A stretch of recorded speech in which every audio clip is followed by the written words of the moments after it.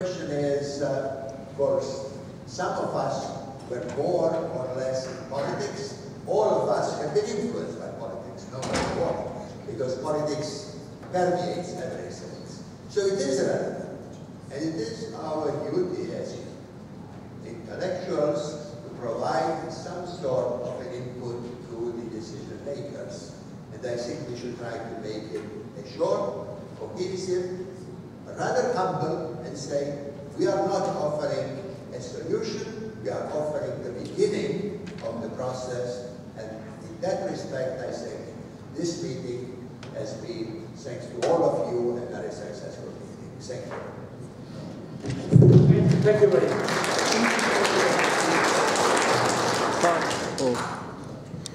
I think it's a very sense approach to all this. Listen, before I would like to leave the last 5 minutes or so to the audience for questions or comments.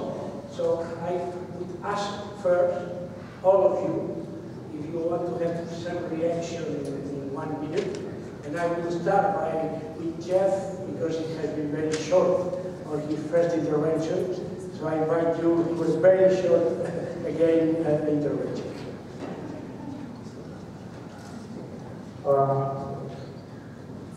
Well, I think thinking out of the box is the key, and you know, I guess I'm probably the only person who really is thinking out of the box here. And what I'm thinking about is the motivation that redirects, that comes when you redirect profit itself, when you redefine profit. And I think that if you redefine profit from contribution, from consumption to contribution, and make that economically feasible, make that pay, that the whole system will turn around. As I said, I don't know exactly how to do that. I think it's gradual. I think it starts with energy, with energy-backed currency, but then it goes to renewable. When that is taken, when that comes about, then you can segue to renewable energy. Then you can segue to a standardized measurement of energy, and gradually redefine profit from consumption to contribution. That is really the message of my interrupted paper, and that's what shifts consciousness on the corporate level and on the consumption level, and that's all I have to say about this subject. Thank you. Thank you. Thank you, Jeff. I promised to give the opportunity for 1 minute. I should go back to the announcement that the audience could interview and told me that we cannot go ahead. So if you have any reaction, a very short one at a time, for all the people here in the day. No? Yeah, I'd just like to say, perhaps from the perspective of an economist, at least of sorts, that if there are two particularly glaring faults with economics, those two would be that it ignores, standard economics ignores money, and the second would be that it ignores the laws of thermodynamics. So it may well be that trying to tackle both of these flaws simultaneously is a mad thing to do. But I'd leave you with what I heard the other day as being two principles for campaigners who are trying to change a pernicious system. And those two principles are: make each other look good, and secondly, if you sense danger, head towards it. So on that basis, I think investigating what appears to be extremely difficult concepts of simultaneously addressing the inability of standard economics to understand the true nature of energy or energy flows, and also trying to address its dysfunctionality and recognising the way that the money system works and how it is completely unsustainable. The debt is completely unpayable, there's no doubt about that. There will be another financial cataclysm, I have no doubt. And I think that at that point, maybe we'll have more opportunity to introduce more ecologically friendly forms of money, and one which starts with the laws of thermodynamics, I suggest, is a pretty good place to start. I think the energy currency proposal is interesting. It's important to recognize that, hello, there we go. I think the energy proposal, currency proposal is interesting. It is important to, at least from my perspective, acknowledge that from the little project we propose, I think energy currency can be a potentially stable unit representation of value. To Michael's point, it will not resolve the current debt problem. And excessive speculation or excessive debt taking by various governments or other forms is a whole other issue. I don't know if we can design a monetary tool to limit that. So I just want to say, at least from my perspective, trying to solve this one problem, which is stability of value. I doubt we can stabilize the euro by stabilizing the banking system and the financial architectures. Instead, we should ask governments to link the currency to a real assessment of the quality of the resources used for all processes in the society, economic processes. So we need government to start a new accounting system, a new satellite accounting system that takes resources into account and their quality. We don't have this, and we don't have this at national level, nor at the European level, nor at the international level. So we need to link currency to the quality of the resources.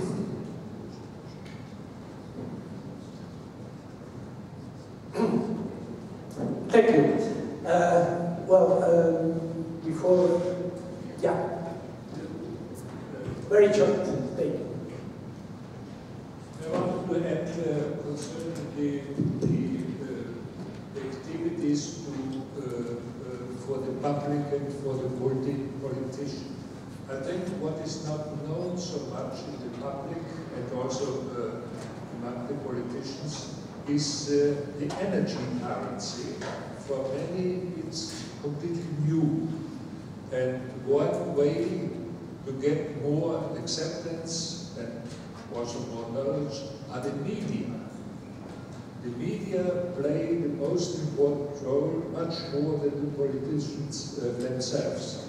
And for this reason, I would propose, as far as possible, to distribute information, hands-on information about the ideas that have been discussed these 2 days, so that the people can understand what is at the stake and how possible solution could be. So this should be mainly made by the media, every sort of media. Thank you. Thank you. Ladies and gentlemen, let me say, suggest regarding the operations, there are some changes. In item 1, I would suggest that it should be written more polite. It says energy is a good basis for defining economy, and so on. I would really write it in different ways, say might be or something. Not really different. The same applies to the second part of it, where it says energy money can perform all with a big letter. The traditional function of money, I think it should be written more softly. I know that the intention of the organizers is to have that text as the basis and to make a short consultation with people that has expressed opinions here before making the final draft. So that it's not my job, but I know that they are planning to do this for a final draft. So I want to say just that I am very grateful to all of you, and we must close the session. We reached what was almost impossible, yes, that a very short session includes a lot of important statements that I think that everybody has noted. And for this, I want to thank all of you, the ones that were here, the ones that were in the front row, and all the ones that have just listening, but I think that listening was enough interesting at this time in order to do this. I'm sorry, the organizer asked me not to prolong that session, and so I need to say the session is over, and I suppose in a few minutes the forum will be over. Thank you. I just want to say thank you, Mr. Yusuf, and I'm really sorry we haven't heard from and to appreciate what he's done in bringing us here together. Thank you.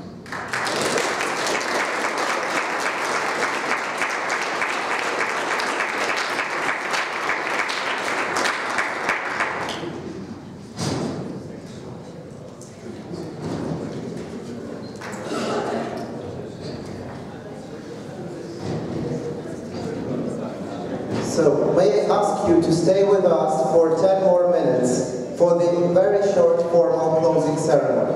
But it has an interesting part, so you will not regret, definitely. Thank you very much. Thank you very much, Dr. Marshall.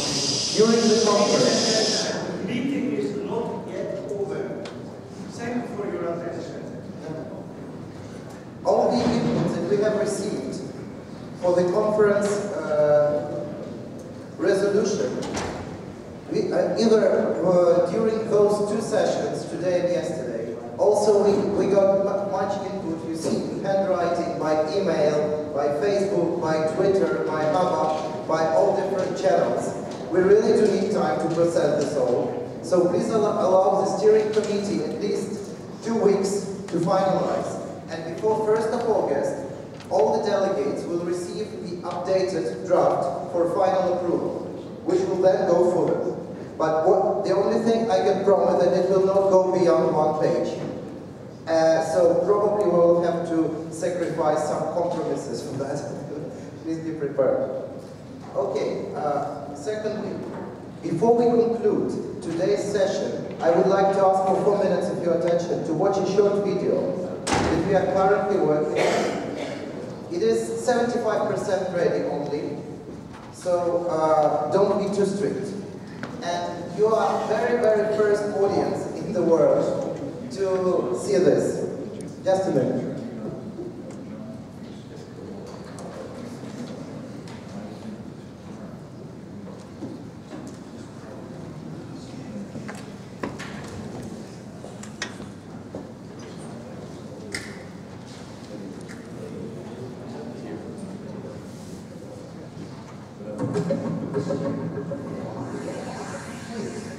You know well that each of these goods has its price. Did you ever think about where this price comes from?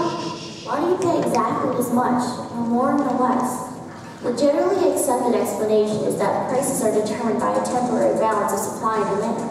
However, this is just part of the story. In fact, all numbers of price tags are nothing but a lie. You want to know the truth? Let's take a look at how the prices of goods are attained.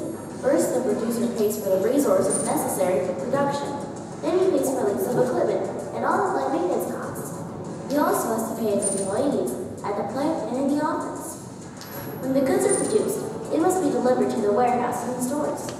And finally, the producer pays for shelf space in the store. To make it simpler, I've omitted marketing expenses, direct taxes, interest payments, and various other components that together with the 5 just mentioned constitute the producer's cost. Then he has a markup. How much you can add depends on the consumers' willingness to pay, which in turn depends on consumers' preferences, incomes, and available variety. This is how we get the prices you see in stores. But what do all these elements of the pricing that we've just described consist of? You would say the answer is obvious. They consist of money. A certain number of currency units commonly used as means of payment. But what in turn does this money consist of? The answer is simpler than you might expect. It consists of nothing. Money is an abstract concept, and nowhere related to the physical world. Once upon a time, somebody just decided that one apple should cost, say, $1. It could have been 3, 10, or $0.2. $1 per apple simply appeared the most convenient to count. But this is not the whole story. After the value of money is set, the government starts printing it. For this, they use paper and ink, materials worth much less than the associated value of the currency. In fact, the money is created out of thin air. Then, the government uses this newly printed money to pay teachers, doctors, and policemen. The total quantity of money thus becomes different from the total quantity of goods, which could be bought and sold for this money. Eventually, the abstract initial value of currency becomes distorted. Besides that, there's a market where currencies are bought and sold, most often just to make short speculative profit. This market makes the value of money fluctuate unpredictably. So what is behind the formation of prices calculating these abstract values? Nothing, just other prices. This fundamental law affects every aspect of our life, because every item, effort, or idea at the end of the day has a price under this illusory system. The lies multiply and aggregate at the level of the economy, where performance is measured with GDP, a sum of prices of all goods sold in a certain period.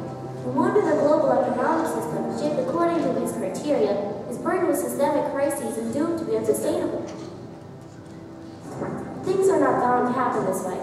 As you have recognized the lie, you are able to discover the truth. Ask yourself, what does a producer actually spend?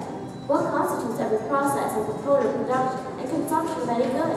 To answer this question, we must identify what is common for all phenomena in the universe.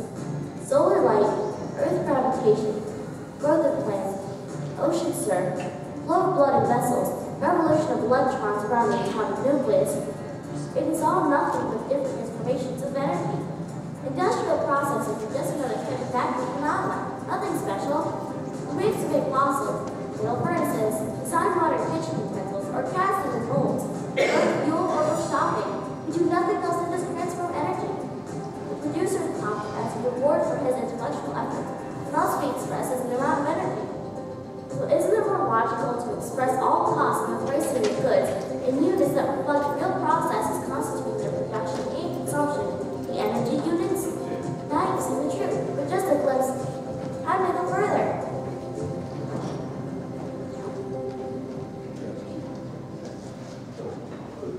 Thank you.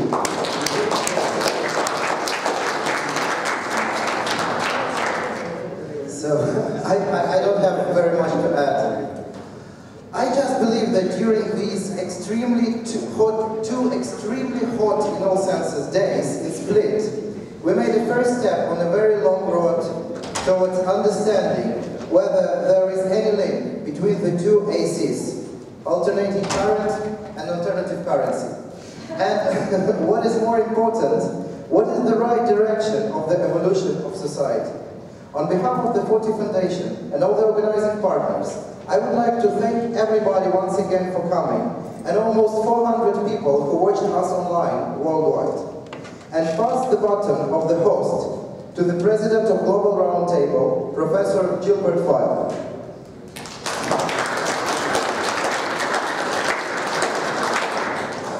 Ladies and gentlemen, I am extremely happy that some of you remain. So, microphone. Let's hear you and microphone. Can you hear me? No, just this way. But you can see me. No. That's brilliant. Somebody can help me. Is it better so? Yeah. Okay, thank you very much. Your meeting, ladies and gentlemen, from the point of view of policy analysts who has been dealing with international science policy and much beyond, it is impressive. You have raised the issue which is highly actual which is highly relevant and which is burning everywhere. And you have explained why. The euro is in crisis and all the implications. Beyond that, we are facing the energy crisis. So, my feeling is that it would be wise and necessary that you continue the dialogue, the initiative along two avenues. And basically, the recommendations of the speakers, participants already indicated. It is important that the issue will be a subject for academic debate. Academics must maintain. Without academic support, everything will die. The second is, whatever the academician will recommend, the academic world, it has to be translated in the simplistic language, the simplistic world of political leaders who have at the best a politician, no more, so I can speak, who have, excuse me, a former politician. So you tell me during the dinner if you disagree. At the best, a few years perspective. And this is understandable. And I do not believe that we have to blame the politicians because they have so much to do to resolve the problems of yesterday and today and tomorrow that they cannot pay attention to global long-term vision. Therefore, it is so necessary, as Dr. Majo indicated, that it must be formulated in a way. And there, Dr. Majo has more experience than anybody probably in Europe how to do this job. So what I am asking you is pay attention to his advice and give him your confidence. What is important that the momentum will be maintained. I understand that you have already accepted that the next meeting with your support and support of Split, City of Split, will be held next year. There I have only one recommendation, which is not scientific, but more important than any scientific recommendation. Please leave it earlier.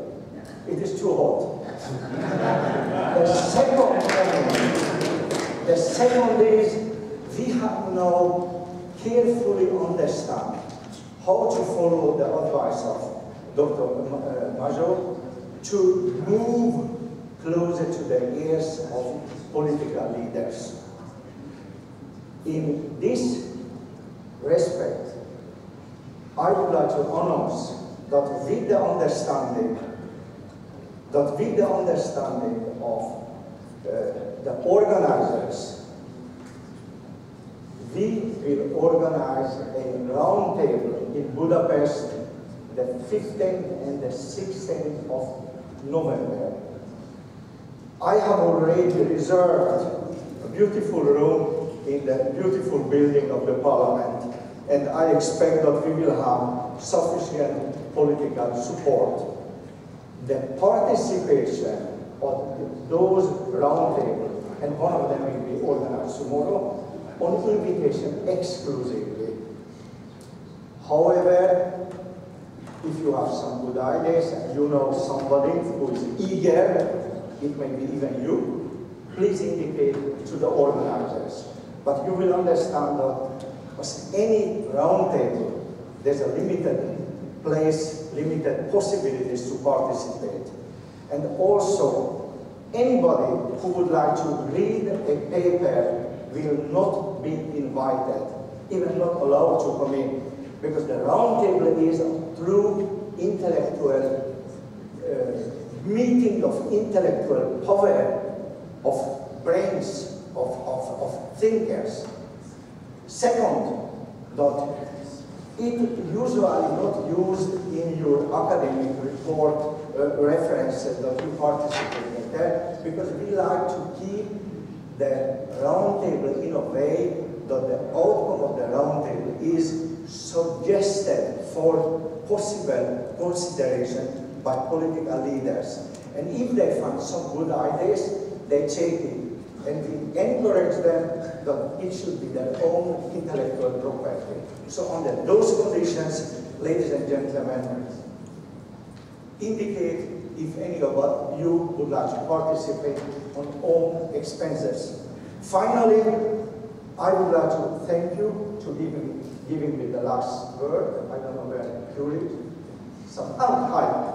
And I would like to invite all the speakers to a gala dinner this evening organized by the city of Split, and my friend Yuri will give you the list of those who are invited.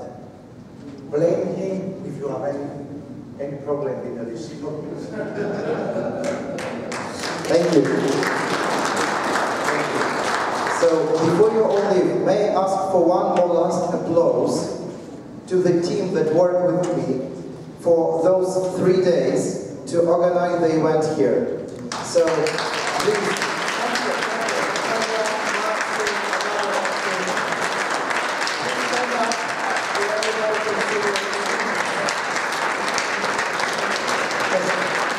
Thank you. It wasn't easy. Thank you very much. So, at this point, the first International Social Transformation Conference is closed. And we are looking forward to seeing you all next year at the second International Social Transformation Conference. Yes, of course. The Dean of Faculty of Economics, please.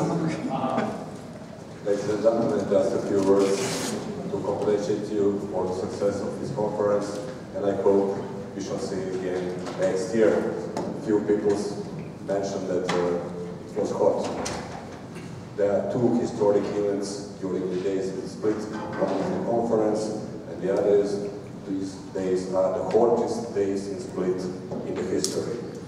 I wish you all the best and see you next year.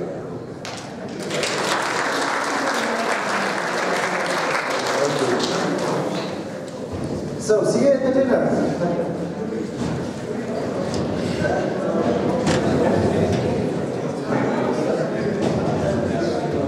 The bus leaves at 6:30. There are two buses from two hotels, one from the Meridian and one from Radisson. It depends where you stay. 6:30 the driver will not wait. He is not Mediterranean, he is German, the driver. And please don't forget to take certificates of participants, which are waiting for you